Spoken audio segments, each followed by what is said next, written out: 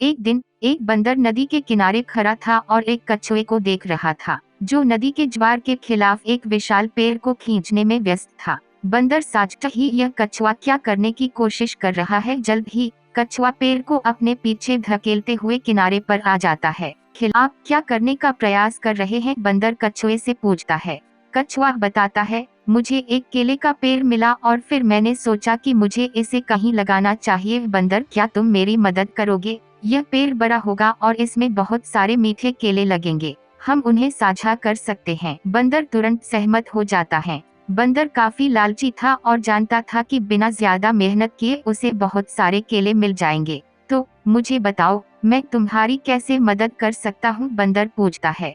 कछुआ बताता है, इस पेड़ को खींचकर एक साफ स्थान पर ले जाएं, जहां हम एक गड्ढा खोद सके और इसे लगा। वे एक साफ स्थान पर पेड़ लाते हैं और उसे लगाने के लिए सहमत हो जाते हैं। डंडा। जब कछुए ने केले के पेड़ की जड़ों के लिए काफी गहरा गड्ढा खोदा, तो बंदर खड़ा होकर देखता रहा। कछुए ने गड्ढा खोदने के बाद पेड़ को गड्ढे में खींच लिया और उसके तने के चारों ओर मिट्टी दबा दी। अब हमें बस इसे पानी देना है और हानिकारक खरपतवार निकालना है, और जल्द ही यह पेड़ बड़ा होगा और बहुत सारे फल देगा। हम मीठे केले बांटेंगे। लालची बंदर की और ही योजना थी। उसने पेड़ का सबसे ऊपरी हिस्सा तोड़ दिया और उसे लेकर भाग गया। बंदर स्तब्ध कछुए के चेहरे को देखकर हंसा और उसने अपने हिस्से का पेड़ लगा दिया। अब इस पेड़ के केले तो मैं ही खाऊंगा। लेकिन बुद्धिमान कछुए को पता था कि यह जल्द ही एक सुंदर पेड़ बन जाएगा और फल देगा। तो कछुए ने कड़ी मेहनत की और पेड़ को कछुए की मेहनत का फल मिला। दूसरी ओर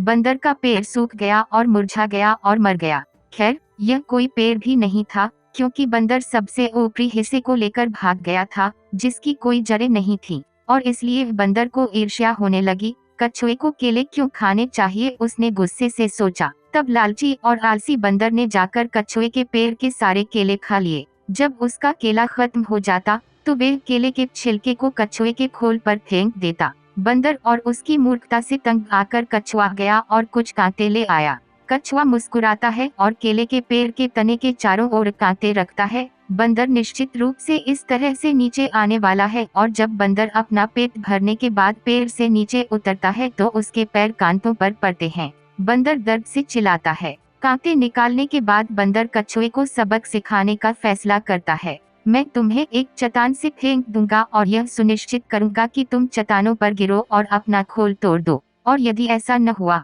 तो मैं आग के पहाड़ पर चढ़ जाऊंगा और तुम्हें आग की लपटों में फेंक दूंगा। कछुए ने कुछ नहीं किया, वे केवल मुस्कुराया और कहा, जैसा चाहो वैसा करो, लेकिन तुम चाहे कुछ भी करो, कृपया मुझे नदी में मत फेंको। मूर्ख बंदर ने ठीक वैसा ही किया, लेकिन गुस्से में मूर्ख बंदर यह भूल गया था कि कछुए को दुनिया की किसी भी चीज से ज्यादा तैरना पसंद है। इसलिए जब बंदर ने कछुए को नदी में फेंका, तो कछुआ तैरकर दूर चला गया, और केले का पेड़।